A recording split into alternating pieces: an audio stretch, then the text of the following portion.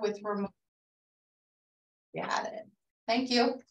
It's just a little bit past 10, so we will get started with our meeting. So the first item is the approval of the January 25th, 2023 meeting minutes. And there was one version that went out kind of immediately, and then there was a revised version that went out very quickly after that. So everyone that got them that were distributed ahead of this meeting has the latest version. So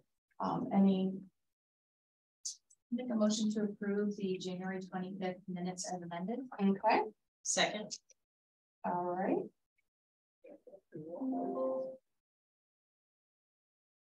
Any comment? All right.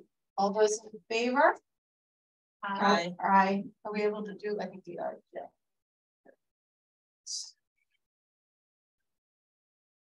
Looks like the agenda. Sorry, I missed roll call. So before we get going any further, we'll do introductions. Going around.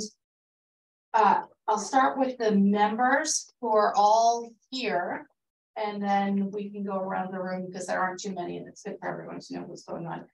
Jill Semprini is one of our engineers, and she's kindly helping me out with minutes, but she doesn't, she's just doing this, and then we'll probably review the tape to really do the minutes. So, but just let her know if you'll be voting. Gretchen Young, City of Dover, and I am a voting member. Edie Ambrose, City of Rochester, and I'm a voting member. Suzanne Woodland, Deputy City Manager, City of Portsmouth. Paul? Paul Velocity, voting member from Exeter. And that's for, I don't see anyone from Newington, Milton, or Rollinsford with us right now. Which is okay. So we've got a forum. Then we can just do other introductions. So starting with Melissa. I'm Melissa Taylor, the Great Bay Piscataqua Waterkeeper with the Conservation Law Foundation. Sally Soul, New Hampshire Department of Environmental Services. Sean Grant, Town of Newmarket. Kirk Beck, US EPA. Mel Cote, EPA. Danielle Gato, EPA. Jamie Hool, UNH. Kala? Kalamazoo Piscataqua Region Estuaries Partnership. All right, and Jim? Jim Steinkraus, Ralph Young Tignatelli on behalf of Rochester. Thank you. Awesome. Bill? Bill Mazur from Newfields. Thanks for joining us, Bill. Sure. Bill Archeri? Yes, hi, Bill Archeri from BHB. Great. And Jamie/Brian? Jamie McCarty, City of Portsmouth. Awesome. All right, great. Thanks, everyone. All right, so it's been a little while since we've had a meeting. I think our last one was in January, so a fair amount has happened.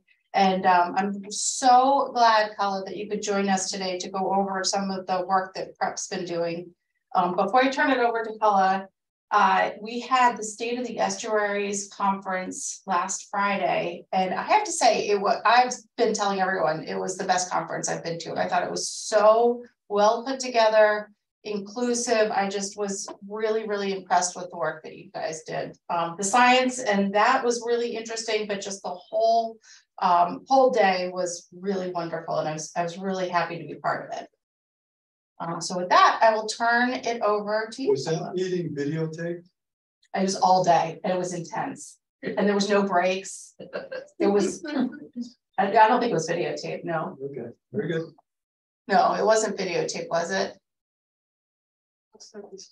Oh, he's frozen. I'm pretty sure it was not. Yeah. There was some photographs taken, but photographs by Sierra, but from I think it was the photographer. But I didn't see any video. It was. He's unfrozen now. There you are. Yeah, Jamie McCarty. Am I the only one who seems to be getting frozen, or other folks in Zoom land experiencing that as well? I seem to, at least with the audio, it sounds fine. Yeah. Oh, I apologize for that. I'm actually connected hardwired to an Ethernet, so I apologize that I seem to be frozen sometimes. Hopefully that doesn't happen anymore. But yeah, I missed a little bit. The last thing I heard was Eric Beck talking about photographs and video. I did hear you, Gretchen, say some nice things about the conference, so thank you so much. Yeah. Yeah, the question was, and I was filling in while you were frozen, was that whether the event was videotaped, and I said, I don't think so, but Sierra was taking photographs. That's correct. Yeah. Nathan Fury gave a talk about river herring and using river herring as a way to really integrate the experience of the whole watershed. And that was videotaped because we essentially want to take the State of the Estuaries Conference on the road for the next year and a half. We have put aside in our work plan and our resources the ability to go and have many sort of focused, smaller, customized versions of the conference to towns. Any town, any, you know, I know like the Dover Yacht Club is asking me to come and talk to them. So you don't just have to be a town. Anybody can say, look, I wasn't able to attend the conference. Can you come and talk about this very interesting, but unfortunately super complicated stuff? And so I would ask or just tell everybody, please take us up on that, because this is not simple stuff. If anybody tells you this stuff is simple, I would question that heartily. Paula, are you anticipating that being like a hour-long meeting or like a full day, or what kind of? It's really going to be customized to whatever the folks need. Oh, you know, and so we want to make this, we want to go to people. We don't want, you know, go to existing Lions Club meetings or whatever it is. We want to make this easy for people. So, you know, we can build off some of the things that you have learned, Gretchen and Melissa, in doing some of your outreach. You know, despite how good we are, sometimes we don't get that many people. So we have to go to where the people are, and we're determined to do that. Great. So I just want to also echo what Gretchen said, Paula, about the conference. I thought it was excellent too. It was highly engaging. And I can't remember the last time, if ever, I've been to a conference and it ended with a standing ovation. Yeah. Yeah, well deserved, Jim. So I was I've been a little sheepish that I was the only one on stage during the ovation. I soaked it all up. Believe me, it felt great. But I just want to, you know, hats off to Abigail Lyon, Trevor Matera, Faye Rubin, and Sierra Kehoe, and so many other people. The State of the Estuaries report is written by about 35 people and edited by about 70 people. And then you have the 3 external advisors as well. So it's truly a collaborative effort. Great, thank you. And thank you for the opportunity to talk about the work that MAM is doing at that conference. So that was good. Absolutely. I've actually heard a couple of people say that they really loved that segment. They were fascinated by the MAM story. Good, great. Yeah. All right, well, on to the actual. Jump into, don't have the agenda right in front of me. Should I be talking about State of the Estuaries at this point? Holly, you're going to go for a little while. So I'd love for you to give us the much abbreviated, anything you really want to talk about your State of the Estuaries report that you want to share with us. And then any updates on the prep research that we've been funding, and then update on the eelgrass restoration project that was the congressional directed spending. So those are the next 3 items, if you could. Sure, and just give me a little guidance on timing. What I plan to say is probably State of the Estuaries is about 5 to 8 minutes, about 5 minutes on the research, and a little less than that on the oyster eelgrass update. Is that about right? Sounds good. Can everyone hear? Okay. All right. Sounds good. Go for it.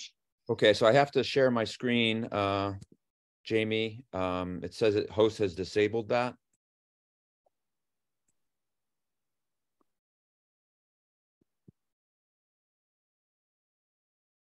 Okay, All right, now you should be all set. Try now. Okay, good. So I'm sharing my desktop. So the first thing I want to direct your attention to, Gretchen, can you give me a thumbs up that you can see this okay? Yep, okay, good. thank you. And would you mind sharing these afterwards? Yeah, this is actually a live website, and I can tell you right now the URL is stateofourestuaries.org. Perfect. This isn't the prep website. It's another website we have that's dedicated to this, stateofourestuaries.org. And the first thing that I will say is that you can go to the reports And then you will have these different reports. So here's the main state of our estuaries report. There's an extended report. There's a municipal guide and a residential guide, and all these things are easily accessed. If you go to the state of our estuaries report, you go to the first page. I'm actually going to scoot you along to this page where we kind of look at all these 22 indicators. And what I'll point out to you is that about 75% of these indicators are either cautionary or negative. And those of you who were there on Friday know that I draw on this analogy of if you're in a doctor's office and somebody points out to you that 75% of your vital signs are either cautionary or negative, you realize that you're a fairly sick person. And so we have a fairly sick watershed, as exemplified by the estuaries, although we also took pains to show that some nice things are happening, especially in terms of migratory fish and oysters and some other things as well. Of course, nitrogen loading is lower than it's ever been on record in terms of point sources. The next thing I would tell is that if folks haven't read this and they want to read it, it's a very long report, 106 pages. But what you can do is go to this fish story, which starts on page 10, and it's about 6 or 7 pages and tries to look at this whole system, both Hampton, Seabrook, and Great Bay through the eyes of the river herring. The reason we do that is they experience the entire watershed. They're born way up in the freshwater portions, then they go out to the Atlantic for 2 years, and then they go back to spawn. And so if you can't read everything, just read these 6 or 7 pages. And the take-home message is on page 17 here, and this is probably too small, this red writing for you to read, so I'll just read it out loud. We must improve water and habitat quality using everything we can control to compensate for factors that we cannot control. And that really explains part of the reason why nitrogen is emphasized so much. We can't say that it's the most important thing. We can say it's important and that it is one of the things we can control, unlike, climate change, water temperature, and other things like that. So that's really the take home. It's very different from the MAM focus because the MAM focus is really zeroed in on nitrogen and eelgrass. The state of the estuaries, the really main point that I hope you heard on Friday was you wouldn't, if you had a loved one with an undiagnosed illness, you would never just focus on one tiny relationship like nitrogen and seagrass. I'm not saying it's not important. I'm just saying it's not the way you're going to get the watershed healthy, right? We have to fix lots and lots of things. Migratory fish, oysters, toxic pollution, green crabs, as MAM has brought up. These are all important. Thank you. The next thing is that if you go back to this site, it does give you the ability to dive very easily into all these different indicators. So you want to, if you're interested in eelgrass, you just click on eelgrass. So you don't actually have to read the report. You can do the whole thing on the website. And here you say why we track, prep goal, explanation, figures and charts. We can click on that. You pull up a map of where the eelgrass was in 2021 versus where it was in 1996, which is all these areas. And I can say that this is 2021. 2022, we had an increase of about 1.4%, but that's really just within the margin of error. So, we need a lot more data, a lot more years to track any sort of trend. This is the graph that shows eelgrass acreage, not the health, but just where it is. And so these little blue pyramids, triangles are the eelgrass acreage, and we've been in this holding pattern for about 10 years now. And we have nitrogen loading is this graph here. And so that's been going down. And then this is precipitation. And then at the bottom here, in terms of just, we had acreage before, now we're looking at biomass in 2 different sites. And so you can see that in Great Bay, biomass went up for a couple of years and then it came back down, but still better than it was in 2019. Fort Foster went down for a couple of years and went and then came back up, but tons of variability in this last year. Finally, one of the nice stories is that in Portsmouth Harbor and along the Rye coast, eelgrass has been doing better over the last 10 years. And we could talk about some of the potential reasons for that if folks want to contact me either today or offline. And then the last thing I wanted to show is that we've talked a lot about water temperature, and here you really see up here we have water temperature for Great Bay. This is 2021. And down here you have water temperature for Portsmouth Harbor. Notice that in Great Bay, for an entire week here, we're going above 25 degrees Celsius. That is known to cause eelgrass mortality. And in Portsmouth Harbor, we're never close to 25 degrees Celsius. So that's part of perhaps that explanation of why Portsmouth Harbor is doing so much better than Great Bay, but there could be other things at work as well. So just getting back to the state of our estuaries, don't forget that you do have these other reports, and in the extended report, if you click on that, you can look at things like really in-depth information about nitrogen loading, as an example. Lots of really in-depth about methods, and this is showing you dissolved inorganic nitrogen load and where it's coming from. About 50% is non-point source from major tributaries. These two sections are point sources. This is discharge to the estuary, about 16.7%, and this is point source delivered from the tributaries. And there's lots more graphs like this and really detailed information. So feel free to click on that. The MAM has shown some interesting green crabs. So there's a section on green crabs in the extended report. They're those lovely critters that destroy all in their path. And so there's some good data on that. And I will just say that I do believe that the data shows that these could be having an impact on eelgrass and oysters. We have to study this more, but certainly we're seeing enough of these that they could be having an impact. And there's also information on human population in the extended report, showing that we did have a little dip here in 2008, 2010, but since 2010, we've added 50,000 people to the Piscataqua region watershed. We're up around 400,000 people now. So anyway, lots to explore there. And speaking of exploration, we also used Friday to unveil a beta version of our new Piscataqua Watershed Data Explorer. And so this allows anybody to really access lots of data in we hope, a very easy user interface, but it is beta. And so we're asking people, we have this open feedback forum, and we want to make this better. So please check it out. You can access it from either the State of Our Estuary site or from PREP. You open the Explorer, there's your watershed, here are all the sites. I can bring us up here to Dover. Click on Dover, choose, as an example, I can go down and find nitrogen, total nitrogen, and click on that. And there you see some data, just pops right up.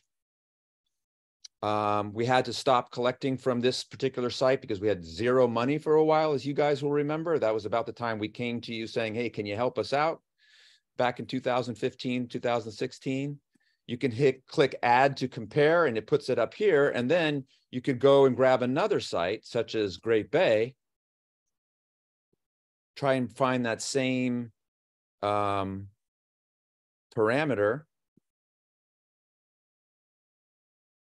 Nitrogen, total dissolved.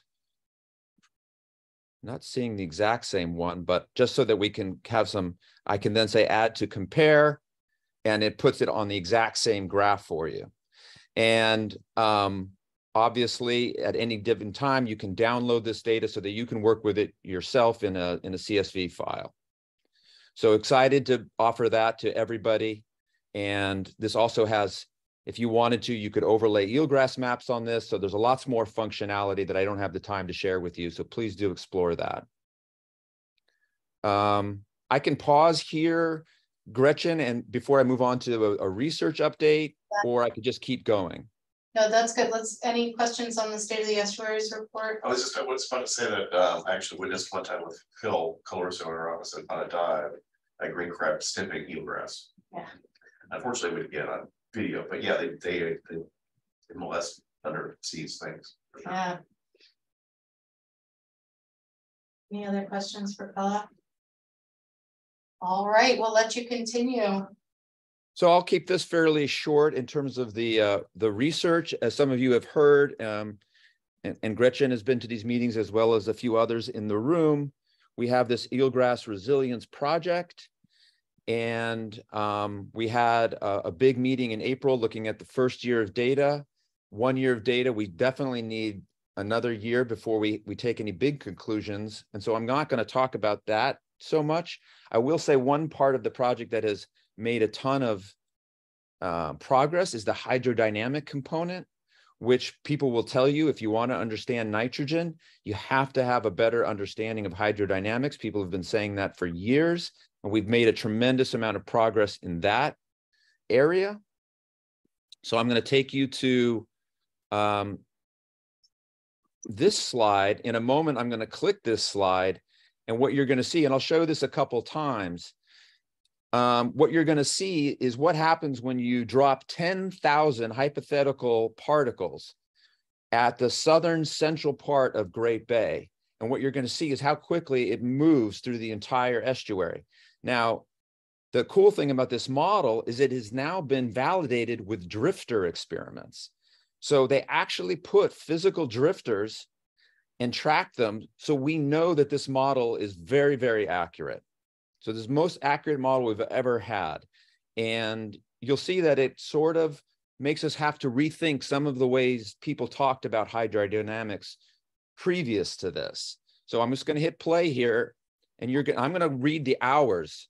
So now the particles have been flowing for 10 hours, 15 hours, 24 hours, 30 hours, and now 46 hours, 48 hours.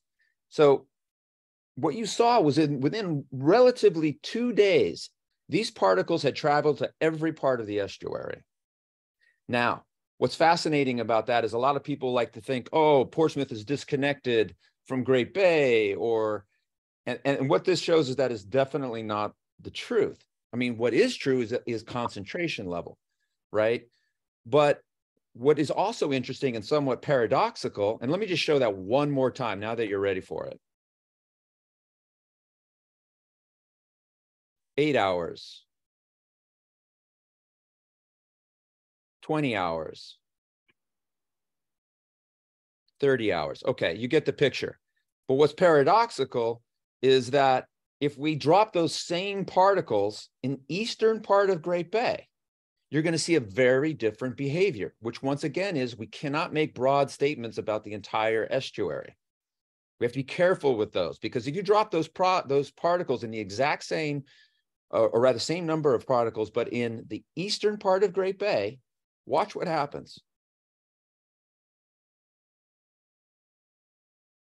10 hours, 15 hours,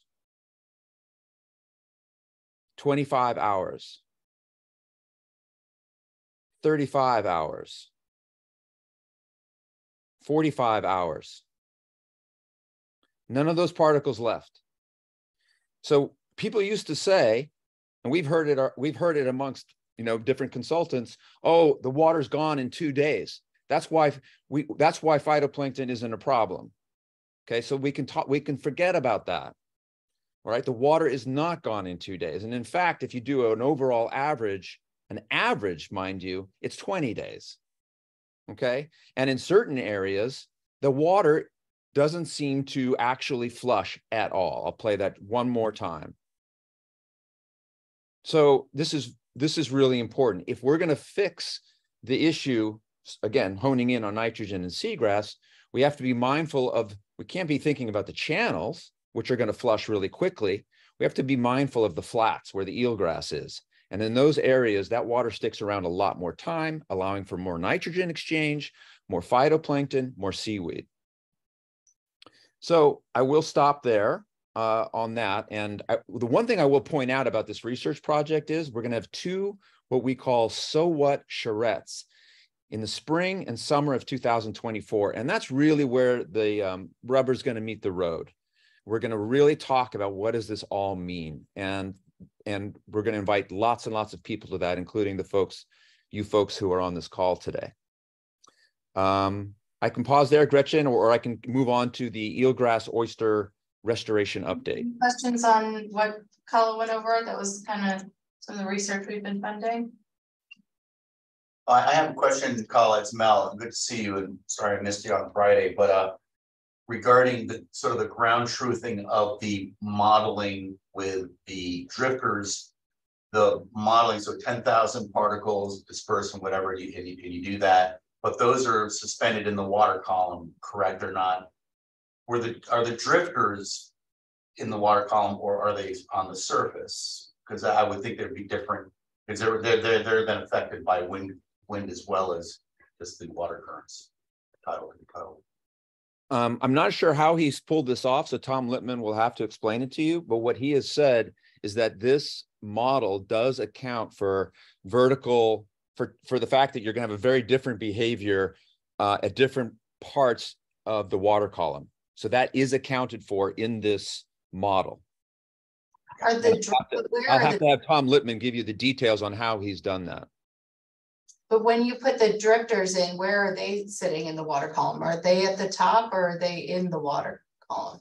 I believe they're at the top, but somehow he has been able, and he showed this, I think in April, he has been able to show exactly how things are different if you're at the midpoint of the water column versus down at the bottom where you start to have shear stress along the sediment. So I'm not sure if the drifters actually move up and down, or if he used a different technique to understand the vertical distribution of how the waters move. I would have to check in with Tom on that one. Gotcha. Thanks. Cool. Any other questions on this before I move on to the restoration update? I think we're good. Okay, so really quick here. Let's see here. Oh, yes. Oh, no, I'm supposed to come over here. So this is really quick, and I have 2 slides of bullet points that I'm not going to read. I'm just going to let you read them, and then I have a couple of photographs. So here's the update on oysters. Can you read that, Gretchen? Yes, I can. Just a reminder, this is the congressionally directed spending project. Yes, and Katie Ambrose probably can talk more about it. It was $1 million, and that's correct. Yep. Cool. All right.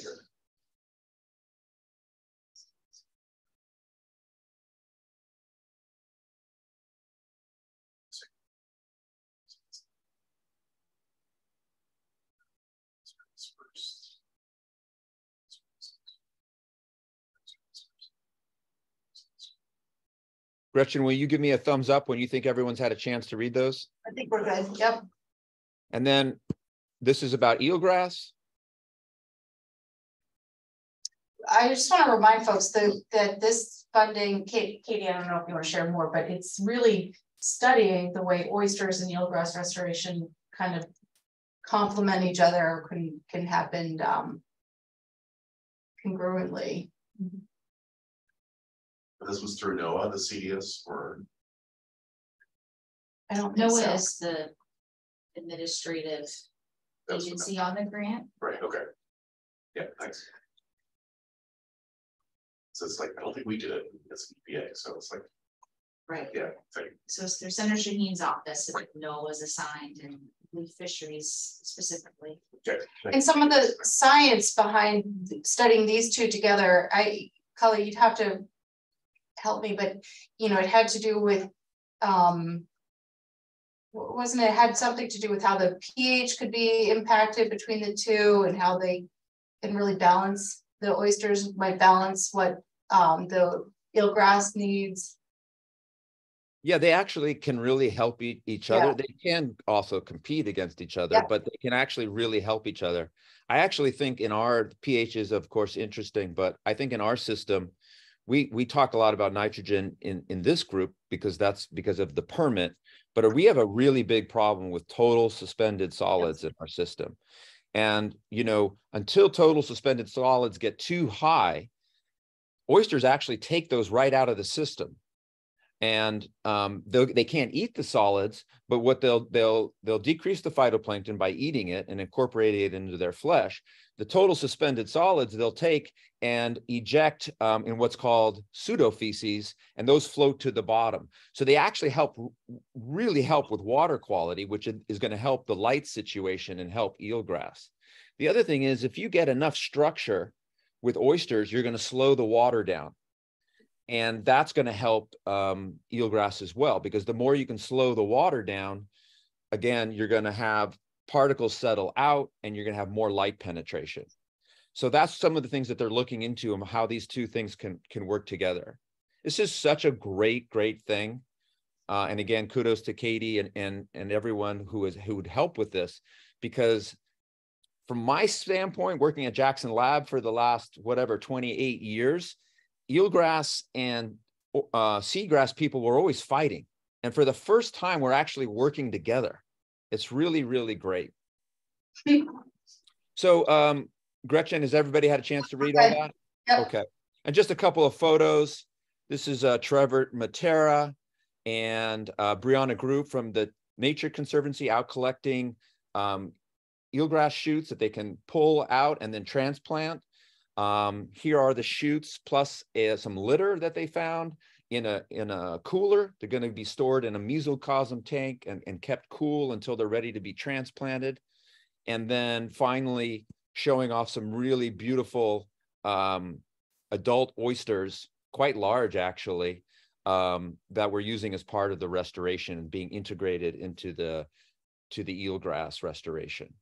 And that concludes what I have, but happy to answer any questions. And again, please take me up on my offer to come to you and any group you want to pull together to talk about this stuff. I did it with Mike Babinski and some of his folks at City of Somersworth, and they were like, oh, now I understand. Like, you really have to take the time to talk about this stuff. I think reading a report is pretty difficult unless you spend your days reading those types of reports to take all this in. So thanks for your time. Thank you very much. Yeah. Any questions for Kala? All right. Thank you very much for all of that great work you're doing and the updates. Okay. Switching gears then, we'll start talking about the residual designation petition.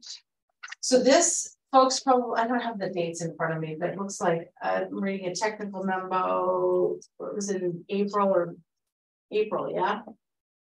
That CLF has petitioned the EPA to use its residual designation authority to start really holding accountable the impervious private properties that are in municipalities that are larger than a certain amount of acreage. And I you know what, I'm probably going to do this wrong, but I'm going to explain it the way I sort of understand it, is that back in, what was it, 2002, the EPA did the MS4 permit, right? You guys can tell me when I'm wrong, but, and they sort of they said, okay, this is how we're going to do this. This is, we recognize that non-point source is an issue. We're going to regulate it through these MS4 permits, but we're going to hold the residual designation authority to go back and revisit potential changes to the non-point source regulation.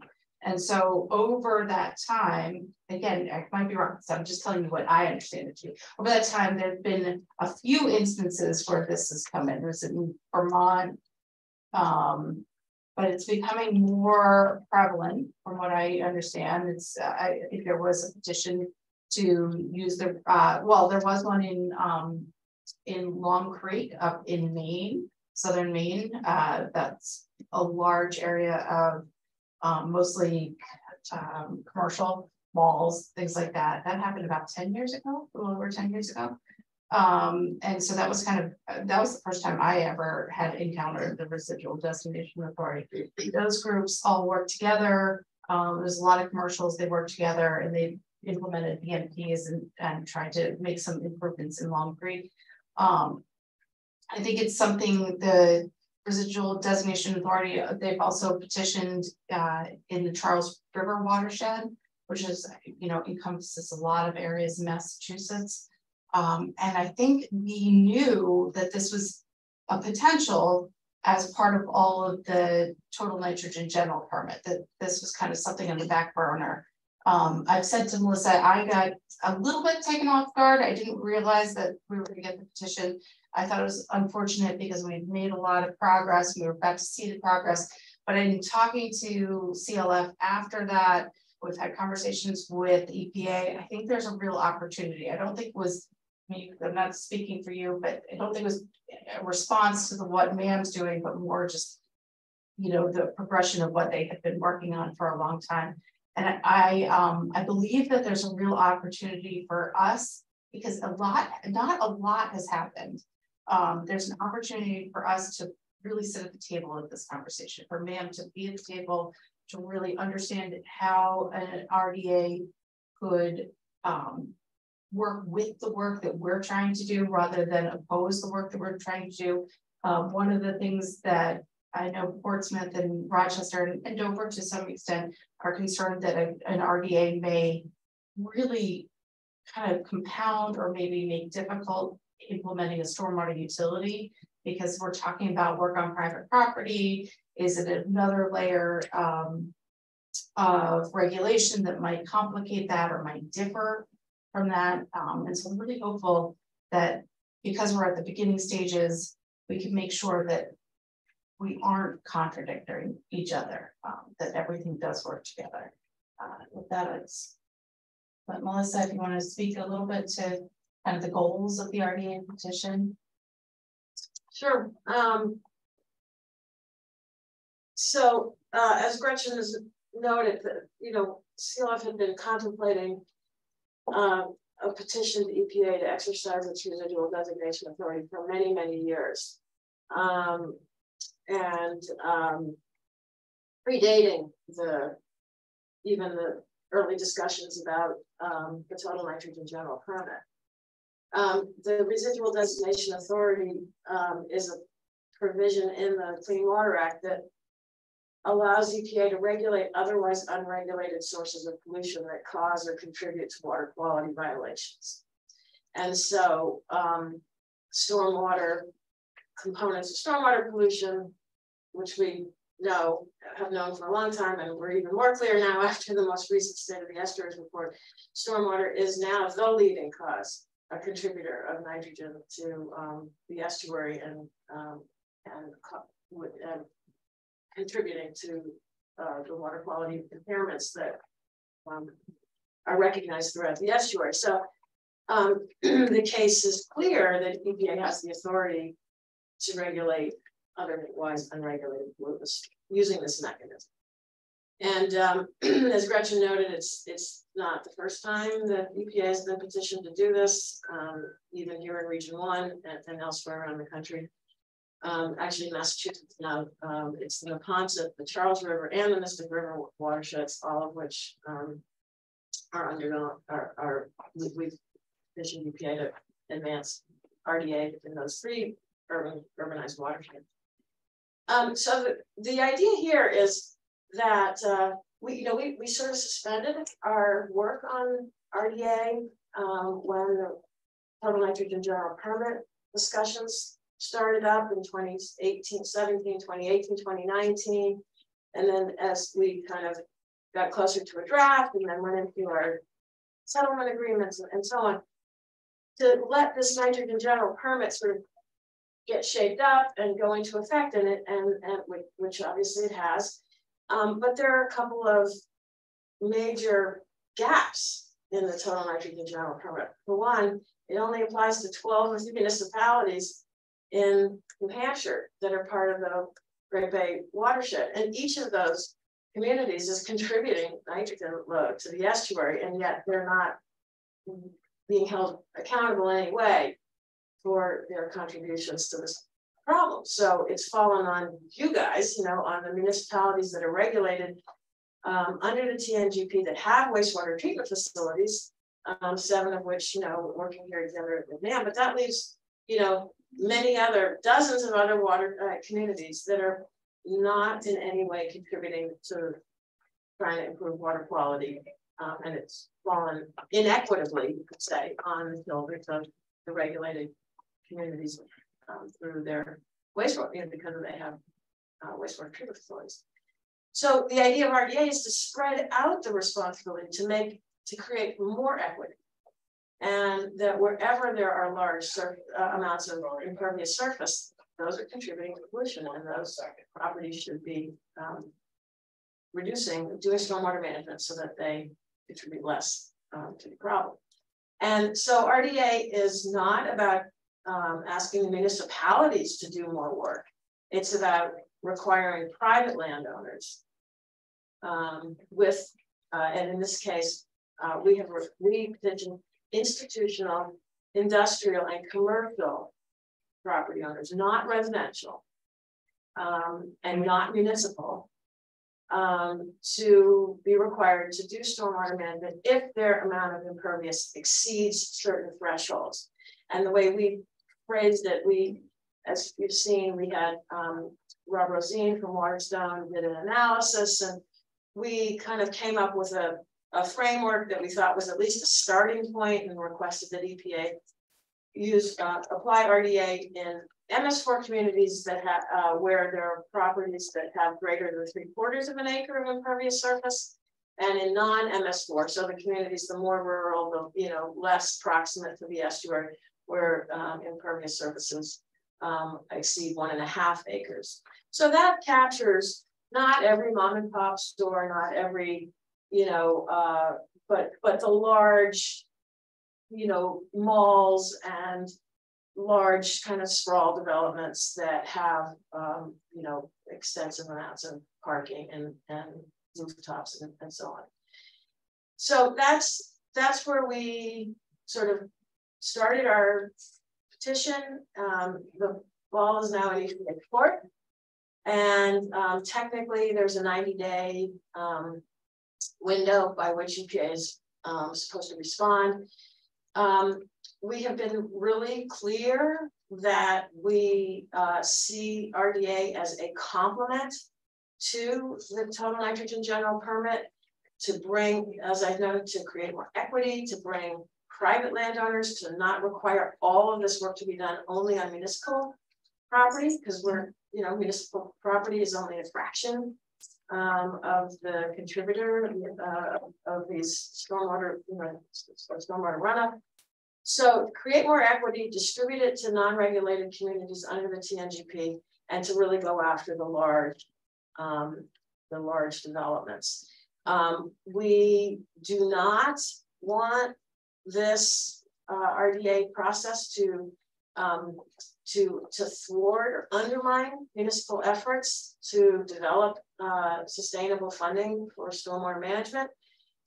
Indeed, in our settlement agreement with Dover, Rochester, and Portsmouth, one of the elements in that settlement agreement is to develop a sustainable funding mechanism for stormwater, so that annually these kinds of expenses aren't up against the library budget and the school budget and the police budget and everything else. So we're really very supportive and eager to see municipalities move ahead with stormwater utilities if they are providing effective and meaningful water quality improvements. And so we don't want RDA to undermine those efforts. We have been meeting the 3 cities with EPA to try to figure out what kind of mechanism might address what we are trying to achieve without creating negative consequences.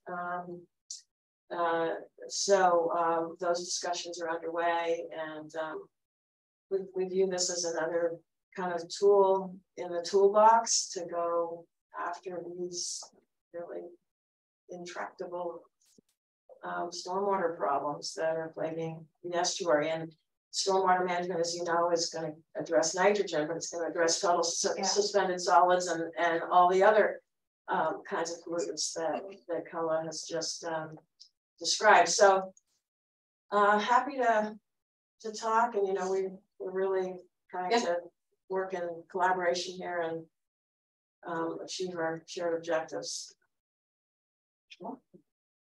So to build on that, what the last thing any of us want, right, is we develop a stormwater utility that gives stormwater fee credits for implementing rain gardens, and EPA come in and say, we'll give credits for gravel wetlands, but not rain garden. You know, it needs to be the same thing. It needs to be the same, you know, you're talking about the same amount. If we've talked a lot about credit trading or potentially going outside of our municipal boundaries, but getting nitrogen reduction credits outside of that, you know, we want to make sure if you know the RDA comes in, it needs to be talking the same amounts, the same credits, the same information. So I love that we have this group that's already talking about all of this, because I think we can really help and be a seat at the table to, you know, see how this forms and then manage it the way that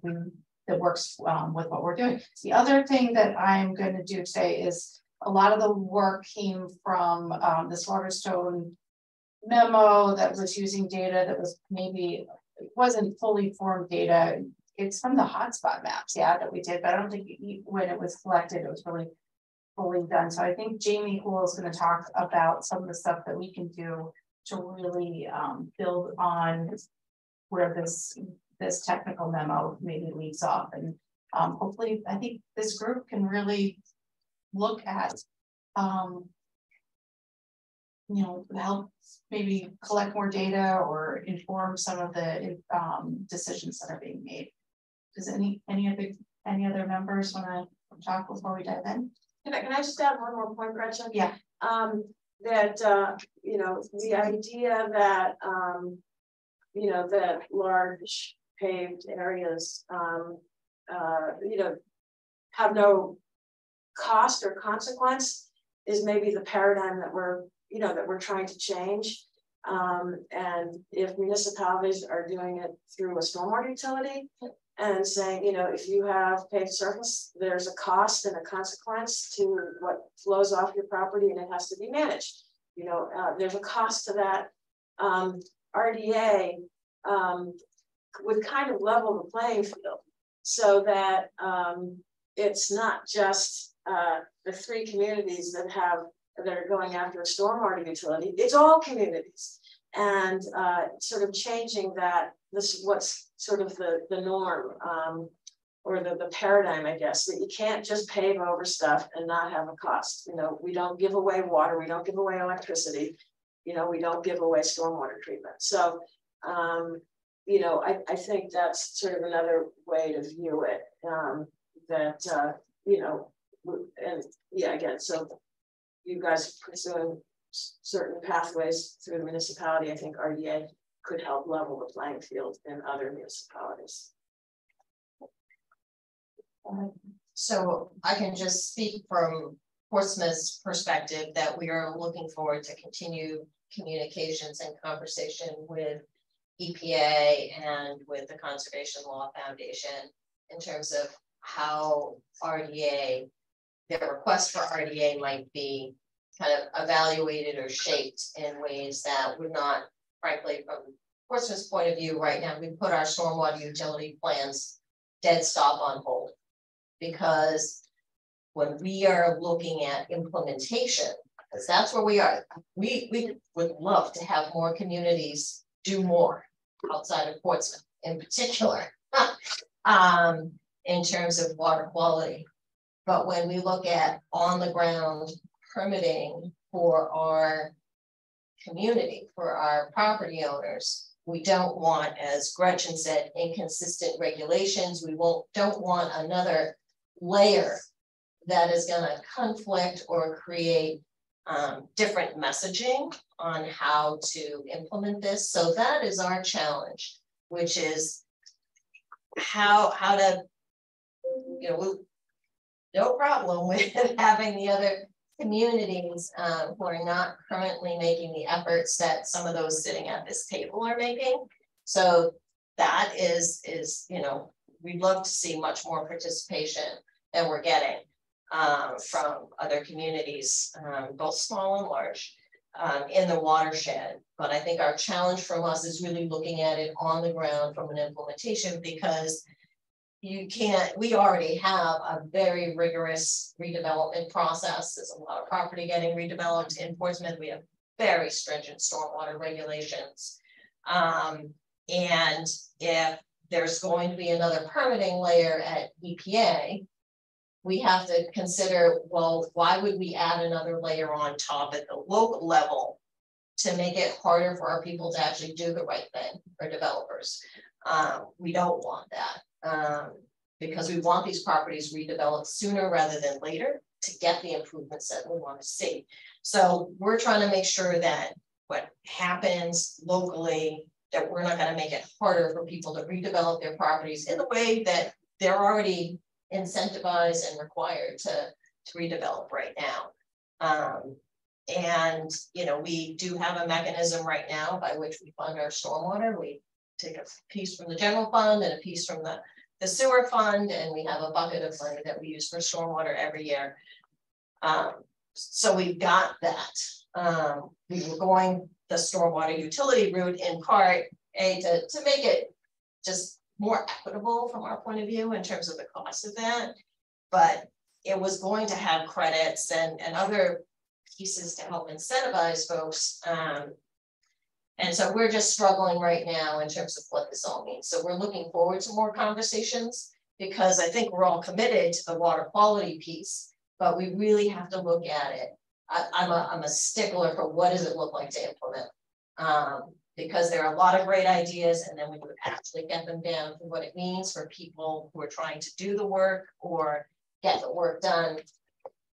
That's the ball I have to keep my eye on, because we all, I think, can agree we want to maximize, the water quality benefits that we can get out of our collective actions. But I've got to look at the end point, and how do we get there in a way that is going to encourage the kind of redevelopment we want to see, which is left impervious sooner rather than later, and better ways of managing the water that is on site or going off site. So that's our kind of conundrum right now, but we are happy to keep having conversations, because we do like some of the tools that are good for getting the other communities who are not at the table. So that's our kind of sticky point, and looking forward to seeing if we can find our way through that, so we all get the outcome that we're looking for at the end of the day. And Dover has marched down the path towards discussion stormwater utility to a point that we aren't putting it on hold, because there's so much momentum and pieces like that. So we are moving forward, but I just, with this real hope, and I think we all have the same hope, that what ends up in the credit system is really going to mimic what ends up in any sort of RDA, so that those two, that it isn't a whole nother permit. As it is, our redevelopment regulations are different than the AOT's regulations, which is difficult, right? We've run into issues. We've really run into some exasperating issues. And so, to have another layer that doesn't jive with those, it's like, we can't do that. So I don't think we're going to. I don't think anyone in this room wants to, but I think that's the opportunity, right? Rather than the challenge, the opportunity that we have right now is to really make sure that doesn't happen. Jamie, cool. Can I just make a statement? Please come in. So, yeah, our push through PTAP from the beginning was for consistency across the crediting scheme for structural and non-structural BMPs. And we did that before anybody had heard about a performance curve. We started to develop those with EPA. And I'm no lawyer, but I know that one of the things that makes the RDA in New England successful and EPA able to move forward with it is the consistency across the structural and non-structural strategies. So I couldn't even envision legally how EPA would move forward with RDA and not utilize the same crediting systems that they developed that we're implementing here in the Great Bay. So I think the vision is for that consistency, and it's the driving force behind why we did it. Yep. So, Yes. yeah.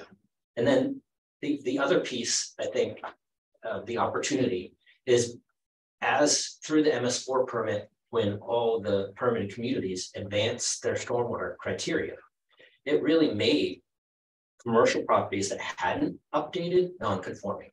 And so the push really, whether it's redevelopment through your standards, existing standards, or whether it's through residual designation for the larger properties, it's really to push these non-conforming properties into compliance with the current regulations. So I'd see, while I understand the fear of inconsistency, I can't even envision how that would even be legal.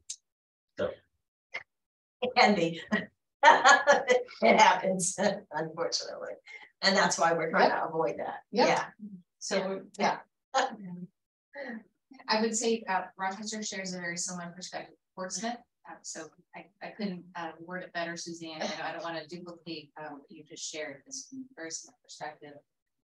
I would just add that like Portsmouth, Rochester is currently funding stormwater efforts through our budgetary process and examining a utility. While residential properties may not be captured under the RDA, we would then need to be very careful about in avoiding duplicating another layer of regulations on those that do fall under the RDA. That in a utility structure, then we're not shifting that burden to residential property owners, because right now it's more equitable. So that's another layer we have to consider, that we're not indirectly shifting that burden to residential property owners and avoiding that duplication of regulatory supervision and cost. Yeah, I concur. That's part of our challenge too. Our original model looked pretty equitable between residential and commercial. But if now there's another piece that's going to hit the commercial side, that may, kind of shift what happens to our model and how we're collecting fees. So maybe this is a technical question, but just a scenario. A community that has developed, or a commercial property that have developed under your current binding regulations, right, that have been advanced through the MS4, institutes appropriate stormwater control measures. How would RDA, I mean, that meets all the criteria, right? So like a Wentworth Douglas, how, I mean, they have met the up-to-date stormwater conditions. And therefore, how could they be pulled into an RDA? These are great questions. This is a great question. And then how much property really is there out there that hasn't been redeveloped to those standards? Yeah. So again, the push. It's an ongoing conversation because there were good questions like that. Yeah. I mean, technically that in my mind, if a community meets the up-to-date, I look at it as conforming and non-conforming. So, all properties right now, since you updated regulations that haven't done the appropriate up-to-date standards would be non-conforming. And then the redevelopment guidelines, the goal is over time to bring everybody into conforming use. And that the RDA, I think should be consistent with that. And it's just another push for larger properties that haven't come in. And there are those ones. No doubt about it that there are those big properties that they're sitting on that they're not planning to do anything about. So they are out there. But some of them would have been treated through AOT as well. So how did that get? Well, unfortunately, AOT. I know. AOT is one of those enigmas, and the goal is, the goal is over time we're bringing AOT in because realistically that's the movement. AOT and really that's the directive from DES for the new New Hampshire manual that we're developing it's another pull on AOT to eventually come into the same consistent guidelines. That's the vision. It's just not easy because they statutorily have their own standards, right? For those who maybe don't know exactly, the AOT does a good job for new development. So new development, 2.38 larger development. redevelopment, their standard is just don't make it worse, and our standard is make it substantially better. All of the MS4 communities and Newington, all of our MAM communities have implemented those. So redevelopments, no one from Newington is here today, but we always talk. I mean, Newington is probably potential alternate on the planning board here. But you know, you talk about Newington is just poised for reductions because of they have implemented the stormwater regulations that the MS4 requires, even though they're not in MS4, and they're just going to see redevelopment, and that is going to get better. But there are the industrial sites. One of our members on our stormwater ad hoc committee is the owner of big areas that he doesn't have an incentive to redevelop right now, but he knows that it's out there. So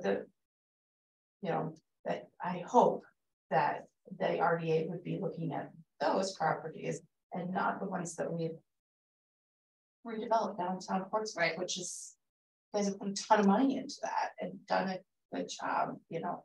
Or anyway, I think that's what we're here to talk about. Yeah, we'll just in good faith. I assume, does EPA have anything? Yeah, sure. I mean, I think so. We thank CLF for their petition, for considering it. We are really happy to be having these conversations. This is an amazing group to start those conversations. But as Suzanne mentioned, sort of implementing an RDA permit is where the road meets the road, and it's you have to consider all these different things. I can write the best permit ever tomorrow, but not only for this community that already has stormwater at the top of their minds and at the top of their budgets, but for all those other places that don't, which we want to capture. Residual designation authority is the first word is residual, which means stuff we haven't already permitted, right? So we're trying to capture that, and that's a great opportunity. We are all committed to the water quality in Great Bay, but it's, you know, presenting this to new communities and new property owners that have never heard or thought about stormwater management can be tricky. So we want to make sure that we not only hear these voices, but those voices as well, and make sure that whatever decision that we make is scientifically and legally justified. So that's where we're at, and we're really excited to keep working on this. And we have a vision, you know, holistically for Great Bay and all of the different permitting, the MS4, the individual permits that we write, the Great Bay Total Energy General permit, as well as the multi-sector general permit that we implement. And so we're exploring all of those opportunities right now, and we're excited to make some more progress. Great. So moving forward, do you want to talk about? So yeah, I can say a word on the technical memo that was largely based on hotspot mapping and even some of the work that we had done with Dover and that ad hoc committee. I think so. And one of the issues that as you start, and I'm no GIS expert, right? But I like the attribute tables. I don't really like the mashing up of all the data layers, or don't 100% understand it. But as you make decisions and assumptions, and you're piecing together these different data layers in a GIS format or mapping style format, you begin to lose applicability to broader questions. So the hotspot maps were specifically designed to drill down to municipally owned properties so that we could begin the development of a nitrogen source identification report for MS4. For MS4 work and for municipally owned land specifically. So using that end product in the technical memo I'd wholeheartedly support like the basis and the factual basis that impervious cover is the main contributor that causes or contributes to the NPS impairments. However, if we were to start over, and that's really what we have to do to start to look at commercial, institutional, and industrial land, we would do things differently, and we piece the data together differently. So the assumptions in here,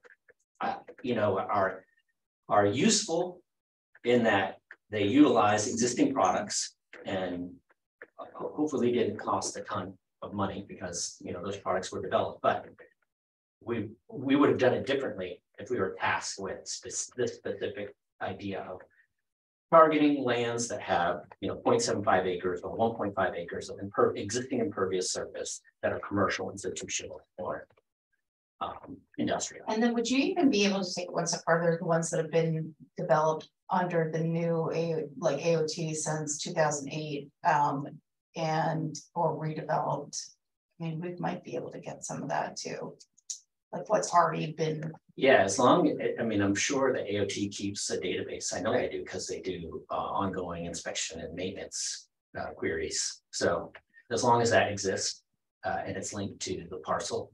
Because I think that would be interesting. I immediately reached out to you and said, how much are we really talking about? Because it's a lift to do an RDA, right? To do all this. How much is in Portsmouth is really not been developed since 2008 or whatever. And there might be a ton, I don't know. I don't know. But we may even have those. Right. Yeah, and even regionally based on this data, is 3% of the existing properties, right? So, this triggers the worst of the worst. Right. And that wouldn't include any analysis like you're talking about. Have they, recently are they conforming with the current updated standards? Right. So that part of the legal analysis is something that we wouldn't do, and legal analysis, yeah. That could be the trickiest part is, going through, like we were going through the database. Is the parcel data layer even accurate? Does it accurately reflect the existing landowner? Right? And that's gonna, well, technically that's not hard. I think it's just a lot of labor for someone.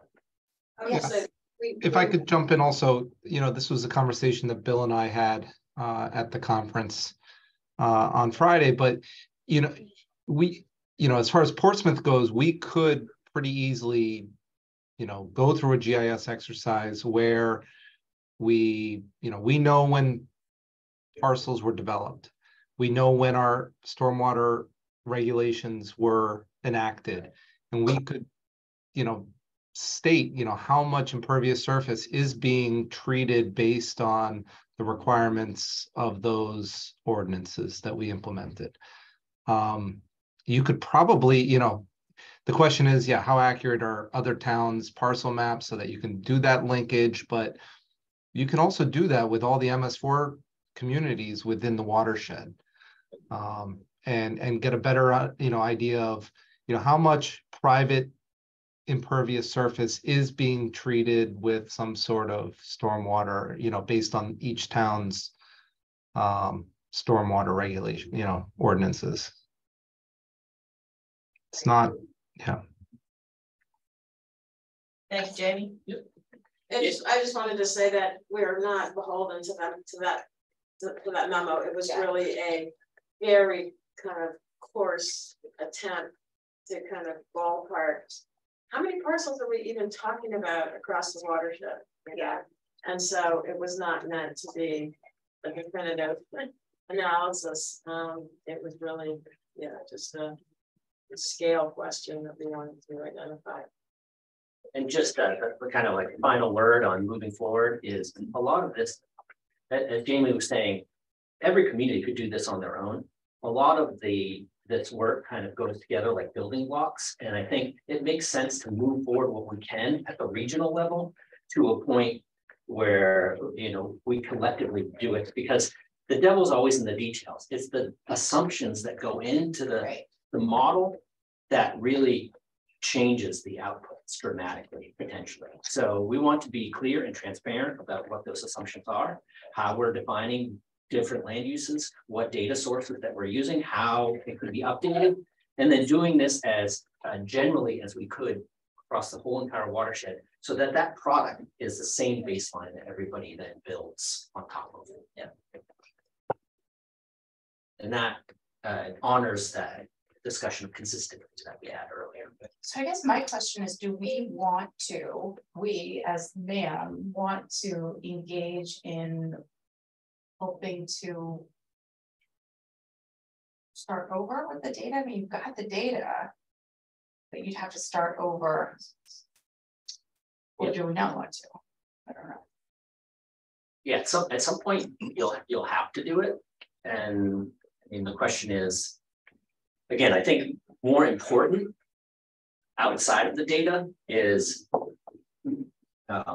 this sort of open discussion about what our assumptions are. And how are we gonna, what data sets are we gonna use? Because when we look at, we have parcel data and we have land use data. We've been experimenting with this national land use data set, the NLCD, because it's consistently updated every 3 years. And the same can be said for the land use data set that we get from RPCs. So if we can use this coarser land use data set, then I think it's useful to everybody. But how do you carve it up? How do you split it up? How do you turn these small coarse data sets into something that's useful? Are the operative kind of discussions that I don't think should happen outside of the community should be at the table for that.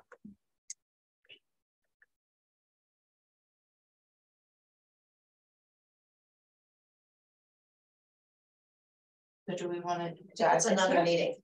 I think it is another meeting. Yeah, it might be a Maybe subgroup too, like a subgroup. A technical subgroup, I think is great, but I think, yeah, we can do it in another meeting, we can come back, but I think we should discuss whether we want to do that, engage in it.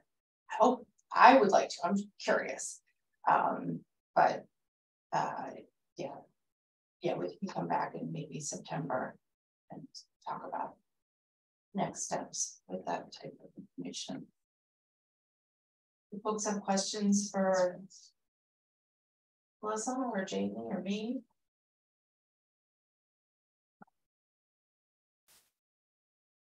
Okay, all right, we will do that.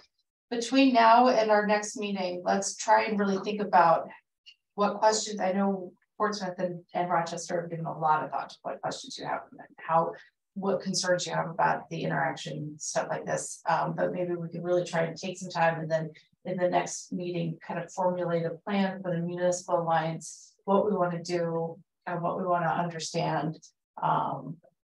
And how we want to have our seat at the table, I guess. Maybe EPA can see where you all are and what your next steps are, kind of how you maybe would see some of the work we're doing as useful and helpful, and where maybe it would be duplicate and you don't need it. So that sounds good. Good conversation, everyone. All right, moving on then. Yeah. Comment. Yeah. So it seems like everybody's pretty well versed on whatever just happened. I'm not one of those. So I'm sitting here keeping my mouth shut because I don't know what the hell you're talking about. Okay. So defining what we're talking about here eventually, instead of a game plan of how we're going to react to something, I think that's my first step. Okay. So I just wanted to embarrass myself and tell you, I don't know what the hell you're talking about. Okay. A little bit. So let that be part of the education process. Okay. Fair.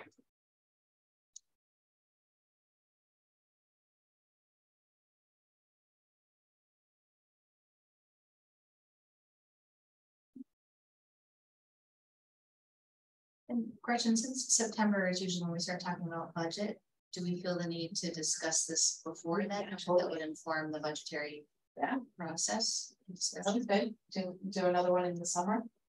That sounds good. We think we have enough information by then. Yeah. You know, just to react to Paul, right? Yeah. To his comment, I mean, it's a really good comment, and and he's sitting here and he's listening to this. You got to remember, there's at least 5 other municipal committees who aren't listening, aren't part of this. And then there's and then the RDA is the whole 40 whatever municipalities in the watershed. And they're even less, they're not even included, might not even be under the MS4 right now anyway, maybe in the near future. And then others that aren't even going to be touched by MS4. So there is a lot of, I mean, it's good that you're all starting these conversations and thinking in that level of detail already and have a lot of good information and data on which to base those conversations, but understanding that there's another whole universe and layers of other municipalities at different levels of understanding and recognition of what's going on and where they're going to be asked or told to do in the not very distant future. How do we engage that? So Gretchen, I'll just add one thing that's maybe we could start to work on within the existing capacity that, you know, we're working with MAM, the UNH Stormwater Center in particular, is I'm very applied. Like, this is abstract. And the only reason I can think about this in a room like this is because I've seen the product. So, I mean, we could potentially work on something very preliminary, just to give you an idea of what it looks like. Not like create the final product, but create the beginning of some baseline mapping. And we could commit to that so that we have something to sit around and discuss, you know, instead of just kind of this abstract thing, like put something down, create something that at least illustrates what we're talking about. Doing like a pilot. Yeah. But without necessarily, you know, understanding that we'll do initial pass, and then will bring forth some of these questions that are out there, like where does like apartment complexes fall? Oh, yeah, there's definitely questions. Right, that's So you don't really get there until you start trying to answer questions, right? So just for my own edification, as I think the way I'm understanding is, it started out with a discussion about a hotspot analysis, which was based entirely on properties subject to the MS4, which are municipal. It wasn't based entirely on it, but it was, your end product was focused towards it, And what you're talking about is, well, if you then have an RDA that then pulls all these other non-municipal private properties above a certain threshold of imperviousness, you bring them into the analysis, redo the hotspot analysis. Okay, that's what I thought. Yeah, because the way as the data gets all stitched together, the utility of it, you lose a lot as you make assumptions toward a particular end point. And so this would be, all right, let's start over with the endpoint of. And it's a totally, it wouldn't be a the hotspot mapping was like to try and prioritize. Where you're going to do your but the RDA wouldn't be a priority, it would be something different, because you're not like trying to prioritize private property, or maybe you are, that's a good question, but you're not. We haven't yet. You know, we're not doing that, but so it's kind of like a different end goal. Yes. And to the point of not understanding what is going on with the RDA, I totally hear that, and I think that's a responsibility that MAM and communities in this room have, is to understand it from our perspectives as the municipal reps, and then, you know, then be able to bring other people in. But I think we have a real responsibility to, you know, engage where we do kind of understand the implications of how this works before kind of, I mean, I think it's important to bring everybody in, but I think it's hard to bring everybody in because they don't really understand it. So starting the conversation, I think, is important for us to do. So let me just say, it has been a learning curve for the city of Portsmouth. You know, what would RDA mean? So we've been on the learn curve ever since the petition was filed with EPA. And I think there is a point where we need to reach out to the communities in the watershed and say, this is what we understand. Yeah. This is what we're focused on. Here's the process you might see, and here are some of the issues that are of concern to us. And they may or may not have the same concerns, because obviously they've got different drivers in their own communities and have not been kind of working with this. But I do think there may be a reach out. I know I've done a little informal reach out to say, hey, do you happen to know that this is potentially coming down the pike? And it's like, no. Yeah. So I won't call anyone out. But I think there might be an opportunity to hold a meeting and at least share kind of what we've begun to learn, because that's really what we've been doing the last couple of months, which is trying to meet with EPA folks and lawyers and CLF to understand what is the ask, what's the regulatory structure, how has it been implemented in other communities, so that we can see okay, where does this fit? What would our response be? How can we participate in a way that is useful to the collective goal, you know, which is water quality. And that's been a real learn curve for us. So if we've kind of left some voices or some people out of some conversations, part of it is because we were trying to get enough understanding ourselves to be able to communicate effectively in terms of this whole process, because it is new to all of us. And it's a, you know, it's a tool that has been used before by EPA, but each time it's used, it's different. It is because of, you know, the water body involved, the regulatory structure that is already in place or not in place when it was rolled out. And we've been looking a lot to what's been happening in Massachusetts and saying, well, how much of that might be similar or different? And so it is a very much a learn curve, but I do think we need to do more now that we've begun to understand more how it might work, to communicate with those both within and beyond MAM. Yep. Of here's what we understand, and invite CLF to come and share their view. Yeah, just to bring everyone, yeah, up sort of at least to just, I don't want to say sit at the table, but really to understand at least what limited amount we understand and how we're all looking at this. So fair enough, because we've had to learn too. Yeah. What does this really mean? Yeah, just to go back to the hotspots, because I think it's kind of relevant. And Jamie, there is precedent for us using the hotspot data to pinpoint or to sort of better understand where to do treatment of IC on private properties, because we've used it for for watershed planning in a couple of lake watersheds. And you can sort the data to do that, and then you can use that information to reach back out to do that work. So I think this next generation, I think, would just take hotspots to that next level, like hotspots 2.0, but it has been used to do that kind of analysis successfully for watershed planning. So just wanted to acknowledge that. Yes. And then in an outreach to work with lake associations and municipalities to pinpoint places to do management. So. And there have been some interesting questions that we've been wrestling. You know, you talked about multifamily, you know, apartment complexes and how are they treated, right? Residential, commercial. But we in Portsmouth, and I think probably for your communities too, a lot of our new growth over the last really 10, 15 years has been, it's commercial on the first floor and it's residential all the way up, because that's where the growth is. Because we just recently looked at Portsmouth's numbers for a budget in terms of growth of commercial versus residential. And the growth is in the residential, but it's not single family homes. Obviously in a place like Portsmouth, it's commercial on the bottom floor and then it's residential. So how are we treating that? And that goes into, you know, we have an affordable housing issue.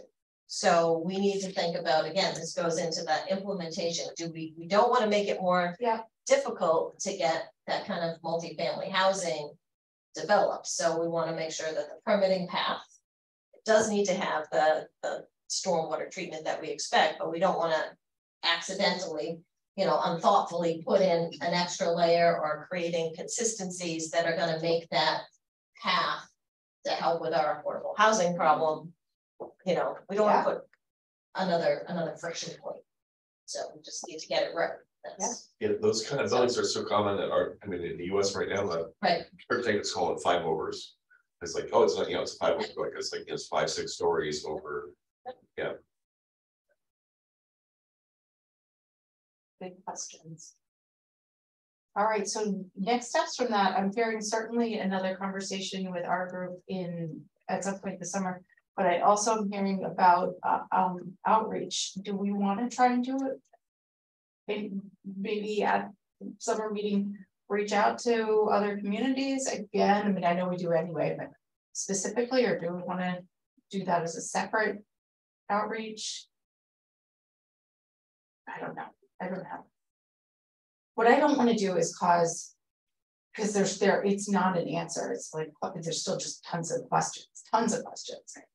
So I don't wanna, From an awareness. yeah, it would just be A Q&A session where we have all the answers. Yeah. Right. Right. I I guess I think I need to think about it. Yeah, I'm trying to think of what's the best forum for us to share what limited we know. And frankly, we don't have what a the questions that are being discussed. And we don't have like any authority to make decisions. I mean, we're just sort of sharing what we understand and what our concerns are. Yeah.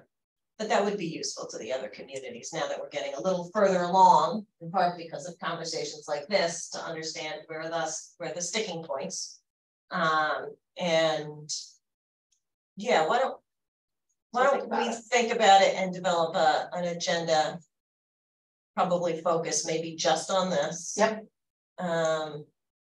But we could maybe invite either, the beauty of the remote, or pick a place where if local town managers or others wanted to come, and this is what we know. Yeah.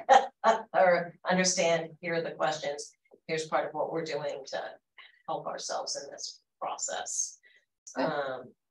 Something like that. We can invite the newspaper so they don't write articles about how Dover's opposing. Misconstrued. Just kidding. Although not really. I was disappointed in that. Case Word document. Yeah. But then you never know what the headlines since they are done locally. Yeah. Was that? Oh, right after it came out, it was Dover and Portsmouth opposed CLF's RDA petition, and basically Jerome loves it. And neither one of us did that, right? Yeah. But the article itself was correct. It was just we're back. It's just the headlines. That's not funny. But anyway. Okay. Then moving on to PTAP check-in, just because we're kind of checking in on some of the stuff we're yeah, so the idea, as we kind of discussed last meeting, is after June 30th, that that'll be the end of the permit term, right? And we will consolidate everything that's in PTAP and produce those fact sheets for all communities. And then the idea was that that would form the basis or the backbone of some type of report. Showing where the success from the implementation side. One of the things that we wanted to do, because I think for the most part, many communities are getting their feet under them around all the structural control additions. The non-structural side is, in addition to it kind of lagging behind, it's also potentially changing too. We're excited. I mean, Mel wrote us an approval letter to use updated credits that are showing a lot more promise from the nitrogen reduction perspective. And we will integrate those into PTAP and hopefully the reporting this year. So we wanted to hold just a general work session around inputting non-structural BMPs, because that's something that has to be renewed every year. And so I just talked to Sally about that last week, and then what we'll do is we'll plan for something prior to the close of prior to the end of the month. So question, it'll be online and it'll be recorded. So I have a question though, do you know, like, is Newington inputting information? Newington is not.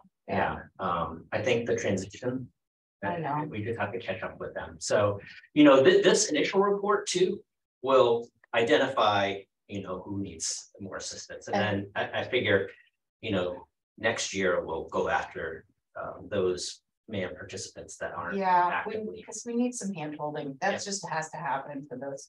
We get certainly the MAM participants that are here. I think we just need, someone's got to go help them do that and get started. Would it be Amber? Is it Amber who's done this as replacement? Yeah, it's not. You're talking about in Newington? Yeah. Ariel? What was that? Ariel? Her name is Ariel. She's this is the complication for Newington, is that you should reach out to like a planning board member or something. He's private, right? Right, that's right. That's one of the inherent challenges, right, is that not just the scope in our municipalities, but also the different governance structures. Rollinsford, Newington, they both deal with that. So Rollinsford's even more complicated because they have a third party doing the reviews, right? Yes, yeah, so they'll need some help. You gotta go sit with them, but you know, Ariel would be the one to support why you need to do this, but I don't know who the town planner is. I mean, do you know who the town planner is? John Krebs, maybe, was that something like that? And that's who you gotta talk to. MS4 too, so they're not an MS4. They do have, I know Newington at least does have the stormwater regulations, right? So somebody's doing something, you know, and it needs to get input. That I think is a really important push for us in the next. I mean, even if we hold off on doing the running the report until like September, because I think that's okay, but try and get everyone to get their information in. Yeah, at least everybody should have non-structural stuff. At least the MAM communities should have their non-structural stuff in. I think that would be a good goal for us. All right, stakeholder comment. Anything? Anyone? Yeah. So let me just kind of like go to something I hope will be helpful, but it's not really directly pertinent to our discussion here. So I have like 3 jobs at EPA mainly. Okay. So working on Great Bay, working on stormwater in New Hampshire, and working on the Environmental Finance Center at the University Center of Maine, which covers all of New England. And we are working on different programs through the Environmental Finance Center to help communities who are getting CDSs and also with their clean water SRF and drinking water SRF to be able to compete better in the internal use plans and so forth. So I just want to let folks know that it's something we're working on, and there may be towns here that may want to take advantage of that. And if so, please give me a call. Yeah. Yeah. So is that what to do? Give you a call if we're trying to, if we need help, or should?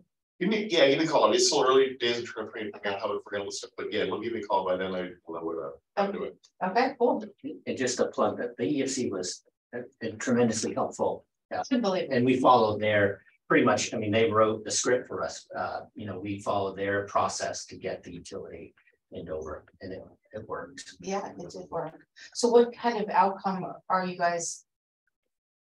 Like, what exactly is it going to be? Kind of like a how-to guide on? No, it's actually, I mean, there's going to be some, I think, workshops and whatnot. Yeah. It's still evolving, but I think it's also going to be more hands-on. Like if a town really needs like help working on some pieces of this stuff, they can get it. Good. That's how this is. And I think that's really going to be good for some of our smaller communities that can go along. That's true of both water funding, but also transportation funding. I know you're not involved in that, but that is an important thing that needs to happen too. Right. I don't have a comment, but I have more of a question. Yeah. Anyone could respond, even Sally, which is whether any of the MAM or for that matter other Great Bay communities that you're aware of have been successful in getting any of the infrastructure funding for stormwater projects. I mean, I know that probably just the first round of funding under that state administration for the program are out there or been announced, but has that been any success there? Yeah, so we have some funding for a BMP, kind of what we call a regional BMP, or a BMP that collects from a large area of downtown. That's really the only one I think Dover's got. I don't think any of ours are stormwater, although Jamie could jump in. I think all ours are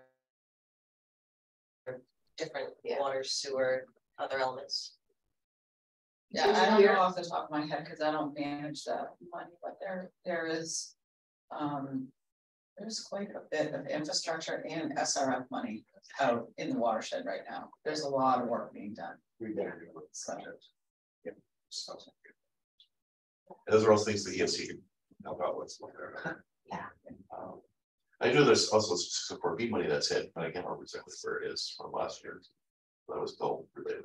But it's not as point planning, bill money, so it's not quite, I think we were asking about development. There's Right. so that floating around. Yeah, we do. DES is also pretty awesome about helping with those funding sources.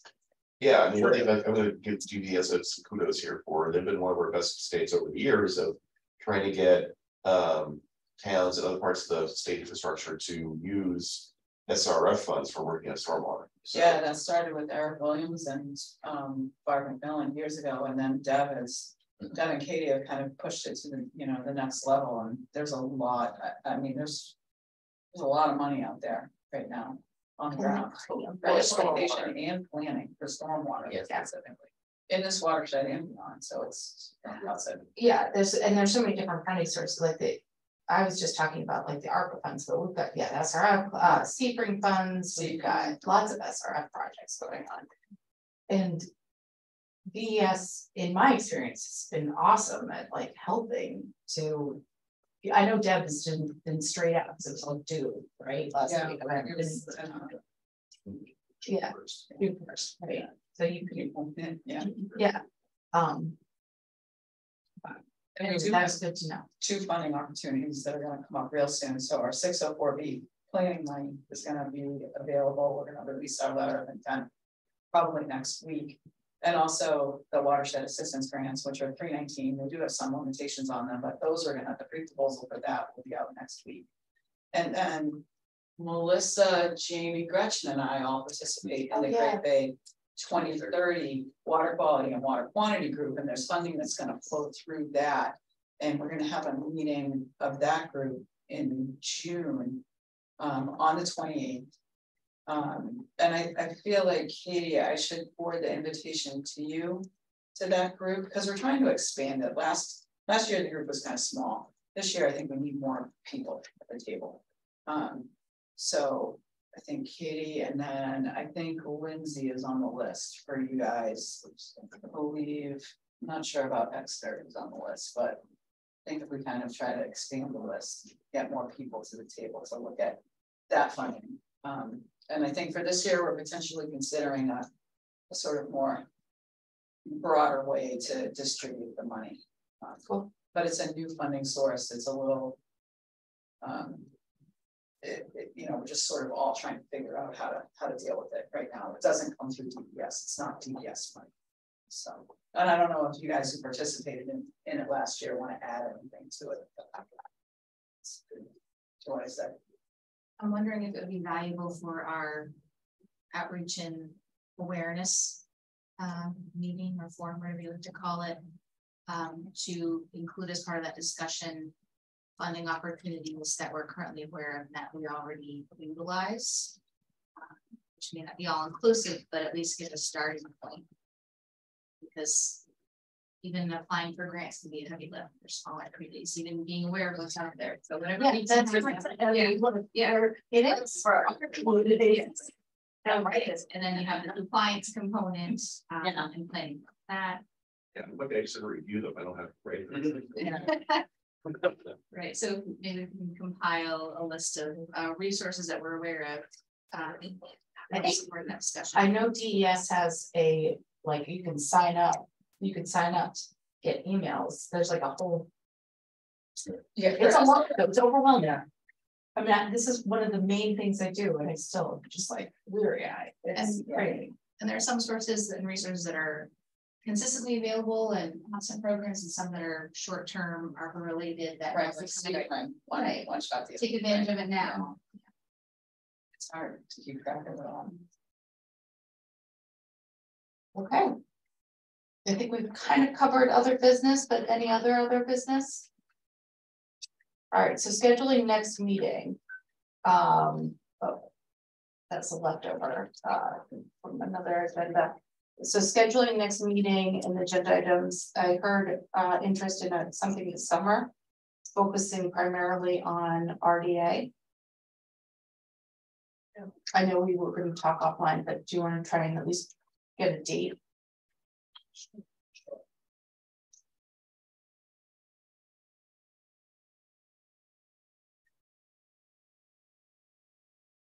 We'll do like July 27th. It's a Thursday. I'm just throwing things out there. I've actually done a lot of. That would not work for me. I could send someone else. Would July 20th be good for you? Does not work for me. Okay. 13th. In the afternoon. We can do the 13th. Does that give us enough time? 13th. All right, 13th. In the afternoon, so like 1 o'clock. Sure. Anyone interested in hosting? I think we should probably figure that out because we're gonna have a larger group potentially. So we could maybe do it in Portsmouth, but that may not be as central for others coming throughout the watershed. That's, I can do it here, or Katie, are you interested in doing This it? room might be too small though. We can do it in the training room, but Probably from our DPW facility, just be a matter on the tech side, if we have the, well, maybe ironed out. DPW facility potentially, that's something to check, to make sure it's available. But again, depending on attendees and what's the central location. this is not something. No, I think Dover and Rochester are more central than Liberty. As much as. Okay. So much you I know. Say tentatively. Just. So does that mean you'd rather like be talking amongst yourselves, or are you looking for? We're not gonna do a talk amongst ourselves. We're not gonna do that. I mean, you're always welcome and your input is always appreciated. I don't think, I think it would, it's just by the nature of it, it's gonna have to be like led by, you know, discussion of what our concerns are and our plans are. But it certainly isn't gonna be like a closed meeting. If EPA has stuff you guys want to share where you are in the process, how you're doing in other communities, that's always awesome. Looking at you, and see them looking at you. Yeah, that's fine. So yeah. I mean, I don't want to speak for Danielle, but what the things I heard you talking about headache and lead seemed like it would help us to help inform us in terms of our analysis for what's going to be what the permits. Well, that's what I hope would say. You know, I hope that you would want to hear that. So that's awesome. So definitely listen and talk. All right, then and then we can do this at that July meeting. We'll set another one for September, which will be our annual review of what we've done and plan for the next year. All right, motion to adjourn. So moved. All right, seconded. Second. All right, all those in favor? Aye. Thank you, everyone.